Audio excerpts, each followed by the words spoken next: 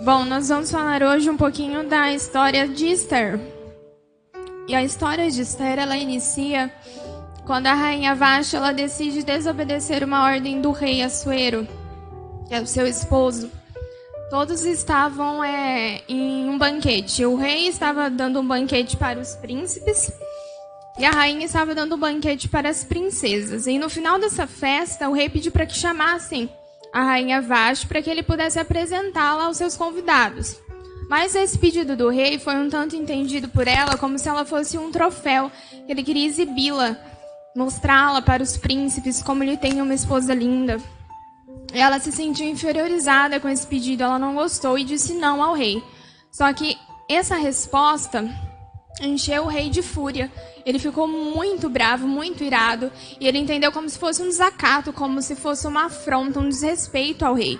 E para que as outras mulheres da província onde ele reinava não começassem a imitar essa atitude da rainha e então desrespeitassem os seus respectivos esposos, ele tomou uma atitude bem severa. Ele destituiu ela do seu trono, ou seja, Vashti não era mais a rainha e agora o rei precisava achar uma outra moça, uma outra jovem para que pudesse substituir o lugar da rainha Vashti.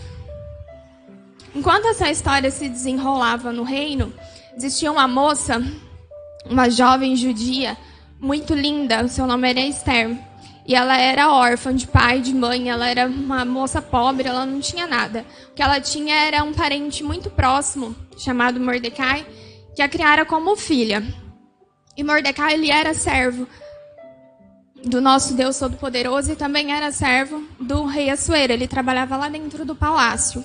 E ele ficou sabendo que iria ser organizado um concurso de beleza para que pudesse ser escolhida a rainha, a nova rainha. E ele então instruiu a Esther para que participasse desse concurso, mas não contasse a ninguém que eles eram judeus. E ela obedeceu, então participou do concurso. Esther era conhecida como uma moça muito bonita, sua beleza era exuberante, todos a conheciam por a sua beleza. E dentre todas aquelas moças lindas que passaram para que o rei conhecesse todas, Esther foi a que mais chamou a atenção do rei pela sua beleza e pela sua graciosidade. Então ela foi coroada rainha. Agora ela era a rainha Esther. E tudo ia muito bem quando Esther ficou sabendo que Mordecai estava no portão do palácio, vestido de saco, sobre cinzas, numa tristeza profunda. Então ela quis saber o porquê, o que estava acontecendo com ele, para que tanta tristeza.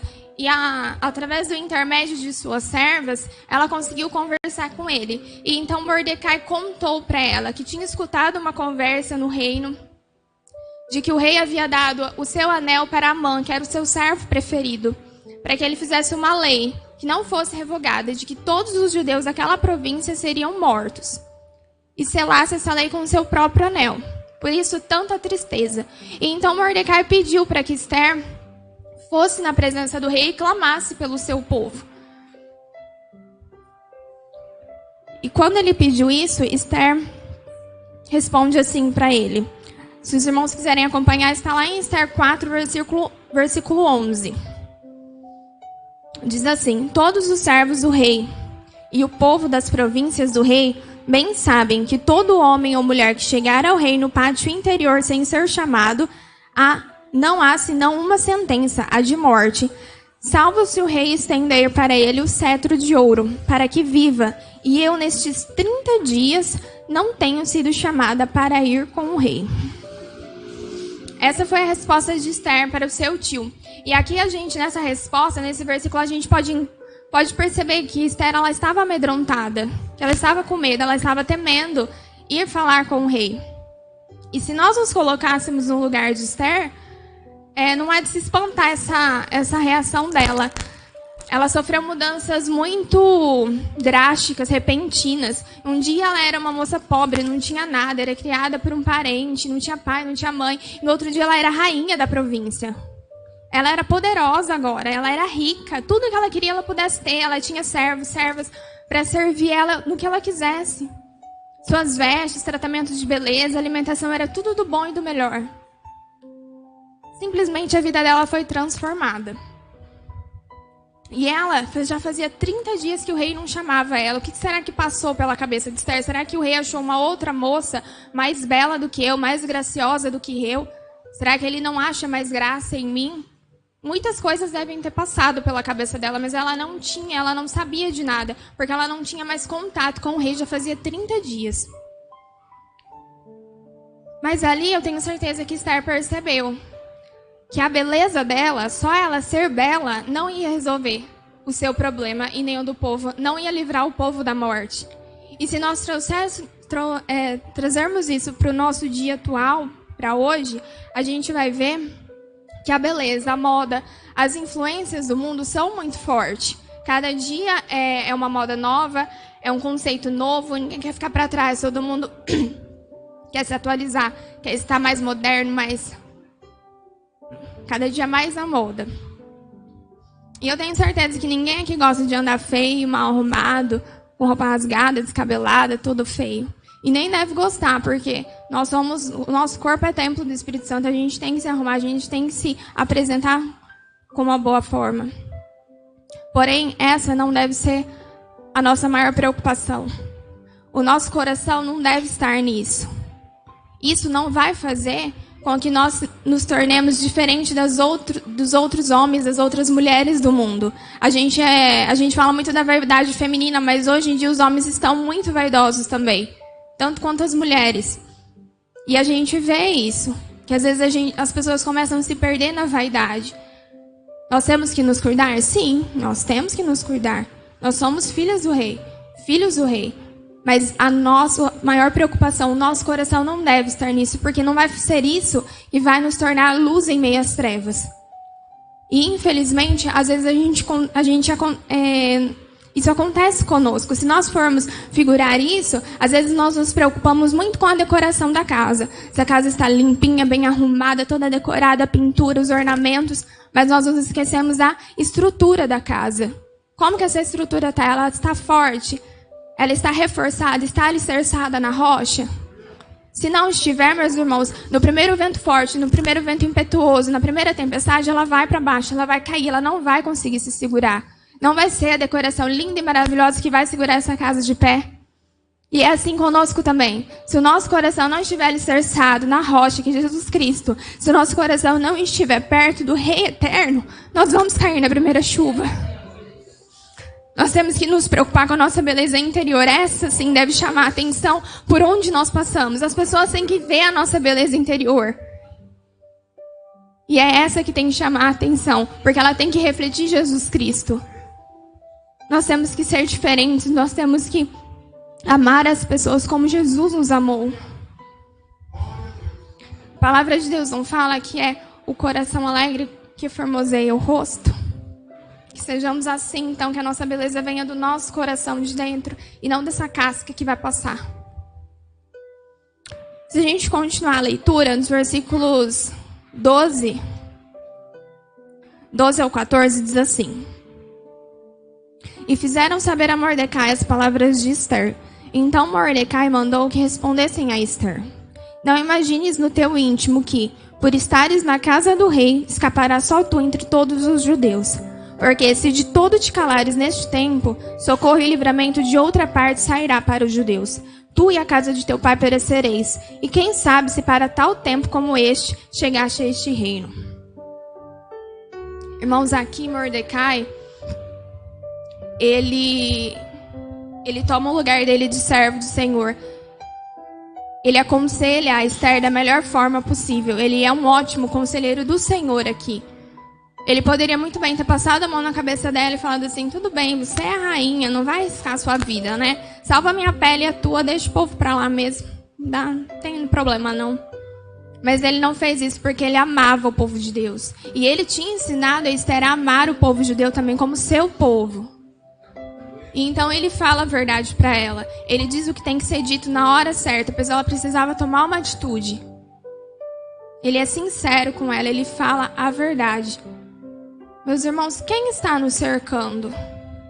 Ou melhor, quem nós estamos permitindo que nos cerquem? Quem são essas pessoas?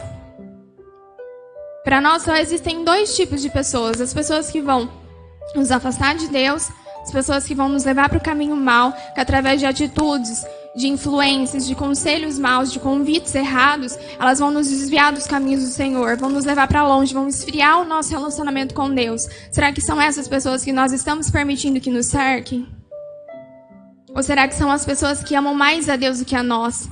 Que têm um relacionamento íntimo com Deus, que buscam a Deus, que se consagram, que oram, que jejuam, que querem mais e mais de Deus, que não aceitam uma vida medíocre com Deus, que quer sempre mais, que quer estar mais perto, que quer estar sempre cheio da presença do Senhor. Essas devem ser as pessoas que nos cercam. Mas Deus, Ele nos dá o livre-arbítrio. Ele deixa com que a gente escolha. Só que são as nossas escolhas que vão determinar o nosso futuro. Infelizmente, tem pessoas que escolhem o caminho mau e não voltam mais. Depois que vai pelo caminho mau, é muito difícil que volte. E, infelizmente, tem pessoas que acontecem assim. Deus, Ele prepara os planos mais lindos para nós. Os planos na presença dEle. Ele escreve cada dia com tanto amor e com tanto carinho. E mesmo assim, às vezes a gente escolhe o caminho mau. A culpa não é de Deus, foi você que escolheu, foi eu quem escolhi. O futuro é nós quem determinamos. Deus nos deu esse livre-arbítrio, que a gente possa refletir sobre isso e pensar nos caminhos que estamos tomando. E dentro desse assunto a gente pode abrir um parêntese. Vocês podem estar pensando, nossa, mas a irmã está falando que a gente só pode andar com pessoas boas, puras, religiosas, pessoas certinhas que dão um bom exemplo. Não, não é assim também. Jesus, quando ele veio ao mundo em forma de homem, ele não andava só com pessoas assim. Inclusive, ele foi julgado porque andava com pessoas pecadoras. Porque não são essas pessoas que precisam do nosso amor, que precisam do nosso tempo para que a gente fale do amor de Deus, para que a gente pregue, para que a gente seja luz para elas em meio às trevas. Não são essas pessoas? Mas então, como que a gente vai fazer? Nós devemos sim pregar, estar ao lado dessas pessoas, mas elas não devem ter acesso à nossa intimidade. A nossa intimidade é para poucos. Quando eu digo poucos, são poucos mesmo. São 2, 3 pessoas. São as pessoas que o Senhor levanta para te ajudar. São essas pessoas que amam mais a Deus do que a nós. São essas pessoas que merecem a nossa intimidade. E principalmente o Deus Todo-Poderoso. Pois é aos pés dele que a gente tem que levar os nossos problemas, que a gente tem que chorar os nossos choros de angústia, de tristeza, de amargura. É aos pés do Senhor, porque só Ele pode nos ajudar. Só Ele que tem o poder e a misericórdia, o amor tão divino por nós. É só Ele que vai nos amar dessa forma, a ponto de nos ajudar e nos tirar do lamaçal do pecado. É a esse Deus que nós temos que entrar. A Bíblia não fala, entra no teu quarto, fecha a tua porta e ora ao teu Deus em secreto. Que Ele em secreto ouvirá o teu clamor. É a esse Deus que nós temos que dar o nosso tempo, a nossa atenção, a nossa disponibilidade. Nós temos que estar disponíveis a esse Deus. Então são essas pessoas que amam mais a Deus e que nos falam a verdade que a gente tem que estar perto. E dentro desse falam a verdade, a gente pode abrir um outro parênteses. Tem gente que fala a verdade, tem gente que fala a verdade com amor. Tem muita gente que, em nome da sinceridade, às vezes é mal educado, é grosseiro, é estúpido, gera distensões, geram mágoas, brigas no meio onde vive. E Deus não é assim, Jesus não é assim, o amor de Deus não é assim. Pode ser o assunto mais difícil, pode ser o assunto mais complicado que tiver, mas se nós estrincharmos ele, se a gente pedir direcionamento de Deus, sabedoria, para que o Senhor nos ajude a falar com essa pessoa e encher esse assunto tão difícil, tão complicado de amor, de carinho, de empatia, de humildade, com certeza, aí sim nós seremos diferença para essas pessoas. Aí sim nós estaremos ajudando em Cristo Jesus essas pessoas.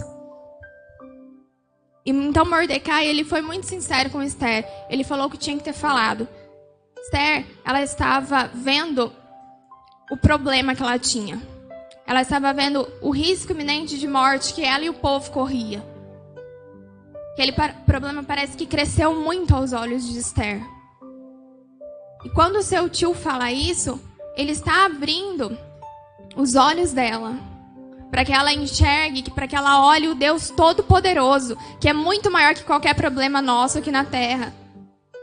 E é a esse Deus que nós temos que clamar. Não importa o tamanho do nosso problema, nós temos que clamar a Deus, nós temos que olhar para Ele. O nosso socorro vem dos céus, é ao alto que nós temos que olhar. Seguindo, lá em Esther, a leitura 4, do 15 ao 16, diz assim: Então disse Esther, que tornassem a dizer a Mordecai: Vai, ajunta todos os judeus que se acharem em Suzã e jejuai por mim, e não comais nem bebais por 3 dias, nem de dia e nem de noite. E eu e as minhas servas também assim jejuaremos, e assim irei ter com o rei, ainda que não seja segundo a lei, e se perecer, pereci. Aqui Esther, ela entende o propósito de Deus na vida dela. Ela entende que não foi por acaso que ela se tornou rainha, que não foi por acaso que o rei escolheu-a como rainha, que foi o Senhor quem colocou ela ali, e para um único propósito, para um único objetivo. E ela estava se recusando a isso. Muitas vezes Deus nos presenteia com alguns trabalhos na igreja, com pregações, com louvores, professores de escola bíblica, do DJAP, zelar pela casa dele. E muitas vezes a gente pega e diz o que para Deus? Não. Meus irmãos, a gente tem que encarar esses convites como uma honra. Para nós é uma honra servir a Deus. É uma honra poder estar aqui pregando, porque eu não sou capaz. Eu sei disso, vocês sabem disso. Quem me capacita é o Senhor Jesus, é por isso que eu estou aqui. É para que o nome dele seja glorificado e não eu. E assim é com todos os outros trabalhos da igreja. É uma honra, meus irmãos, poder servir esse Deus tão maravilhoso. Deus não precisa de nós para que a sua obra se cumpra, para que as coisas do reino aconteçam. Deus não precisa, mas Ele nos dá esse presente tão lindo, que é poder participar, poder servir a Deus. E muitas vezes nós dizemos não a Ele. Qual é o propósito de Deus na sua vida? Qual é a tua essência? A essência de Esther estava sendo Jesus Cristo. Mas ela tinha entendido isso. Ela tinha que resplandecer esse amor de Deus. Ela não podia ignorar o teu povo. Ela estava lembrando de onde ela veio, quem ela era antes de ser rainha. Ela não se esqueceu. A nossa essência tem que falar do que é mais importante. Tem que falar dos valores sentimentais, valores espirituais, do que tem que ser preservado. E é o nosso amor em Deus que tem que ser preservado, que tem que falar mais alto em nossos corações. Esther, ela escolheu os meios do reino eterno para ter a sua vitória, e não os meios do reino passageiro. Ela era rainha, ela era poderosa. Amã, que é quem fez essa lei, ele era servo de Assuero, ou seja, era servo dela também. Ela poderia muito bem ter chamado ele em particular e ter intimidado ele. Falado, você para com isso, você revoga essa lei ou vai acontecer alguma coisa com você. Mas ela não quis fazer dessa forma. Ela poderia usar a sua beleza, que era tão grande, para poder seduzir o rei e conseguir alguma coisa. Mas ela também não fez isso, porque ela sabia que não era por aí. O caminho não era esse. O que ela usou, então? Os meios do reino eterno, com jejum e oração. E pediu para que o seu povo também estivesse em jejum e oração por ela. Meus irmãos, é muito importante com que tenhamos companheiros de oração, parceiros de oração. Às vezes a nossa luta é muito grande e a gente precisa dessas pessoas. É muito bom quando estamos fracos, lembrar que tem uma irmã orando por nós, tem um irmão clamando por nós. Isso fortalece-nos. Porém, tem luta também que é só nossa. Que é você que tem que lutar, é você que tem que pelejar. Você tem que se colocar à frente dessa guerra e ir em nome de Jesus e lutar pela sua família, pela sua igreja, pelo seu povo. E não é por você, é porque Deus vai te capacitar, é porque Deus vai encher você da presença dele. E ele vai na sua frente, derrubando barreiras, quebrando grilhões. É ele quem vai te dar a vitória. Em nome de Jesus Cristo.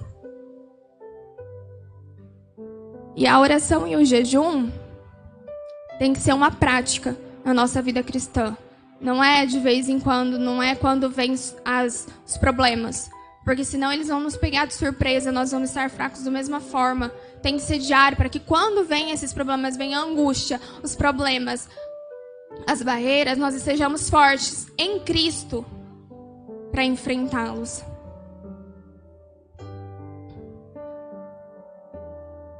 A palavra do Senhor diz assim: no mundo tereis aflições, mas tende bom ânimo, pois eu venci o mundo, e é Ele quem nos dá a vitória. Muitas vezes nós estamos fracos, nós não temos força para orar, para jejuar. Às vezes nós estamos tão fracos que a gente não tem força para abrir a boca para falar com Deus. Mas é nesses momentos que nós temos que orar e jejuar, mesmo sem vontade. Porque a prática é ela que vai nos levar. A prática do jejum e da oração vai nos levar ao amor, à disciplina e à necessidade de Deus. Como eu vou ter necessidade de um Deus que eu não conheço? Que eu nunca tive um encontro, que eu nunca tive uma experiência, que eu nunca senti a presença dele transbordar no meu coração. Não tem como. É só através da prática, se colocando na presença de Deus, buscando sabedoria divina. Peça para o Senhor sabedoria para que a gente possa agir de forma certa perante Deus, perante os nossos irmãos. É o jejum e a oração que vão declarar a nossa dependência com Deus. E entre Deus e nós só existe um único mediador, que é o Senhor Jesus Cristo. Nós não podemos dar esse atributo a outra pessoa. Nós não podemos depender da oração do irmão para eu estar forte com Deus. Eu não posso contar com a oração do irmão para ganhar a minha batalha. Eu não posso dar esse atributo a ninguém. Eu preciso tomar a frente da minha batalha e ir em Cristo Jesus para a vitória.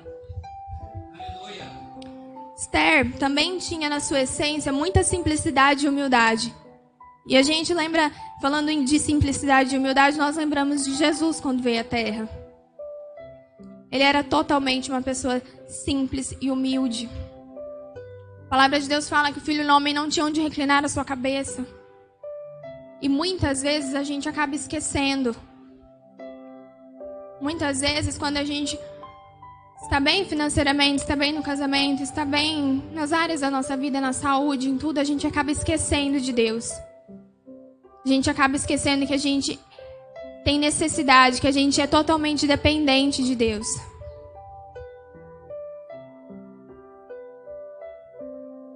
Esther, ela foi muito generosa quando ela tomou a dor do seu povo e decidiu lutar por ele.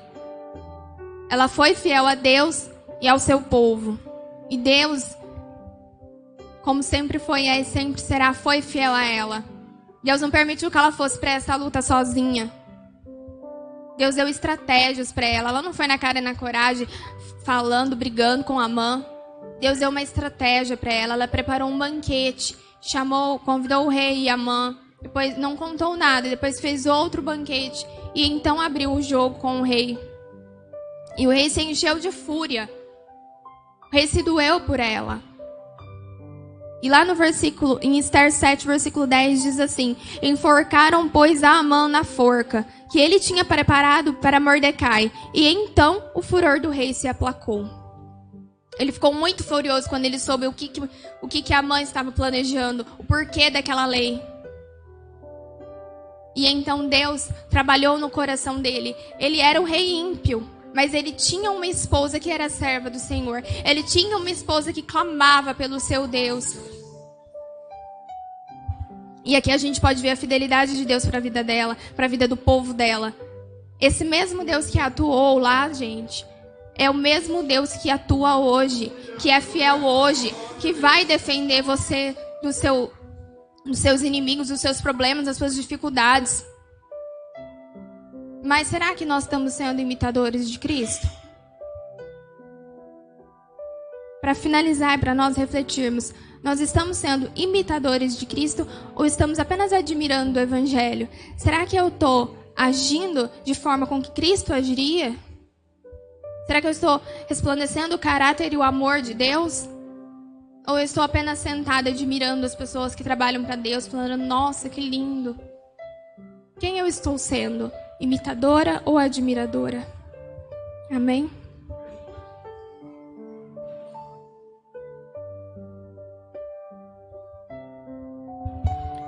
Graças a Deus. Vamos orar, queridos. Vamos falar com o Senhor. Uma tarefa para casa aí, né? Quem temos imitado, a quem temos buscado, de fato, transparecermos. Tem alguns jovens que querem parecer com o Neymar, né? Todos nós devemos nos parecermos com Cristo. Amém?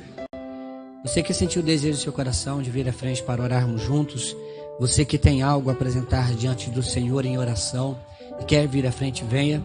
Os presbíteros, por favor, venham nos auxiliar, diaconisas, para que juntos clamemos a esse Senhor maravilhoso e a bênção seja entregue a este povo em nome de Jesus. Amém? A palavra do Senhor fala que a oração de um justo pode muito por sua eficácia. Imagina a oração de vários. E assim foi lá. Muitos clamaram ao Senhor e Deus respondeu. Que assim seja também aqui, na sua casa, na sua família. Vamos clamar ao Senhor. Não importa qual seja a causa, não importa qual seja a circunstância, o tamanho do problema, lembre-se que o seu Deus é maior e vamos falar com Ele, porque Ele é poderoso. Amém? Também peço que os irmãos orem por mim. Desde ontem estou com uma dor na altura dos rins, mais ou menos na altura do cós da calça, e Deus possa repreender.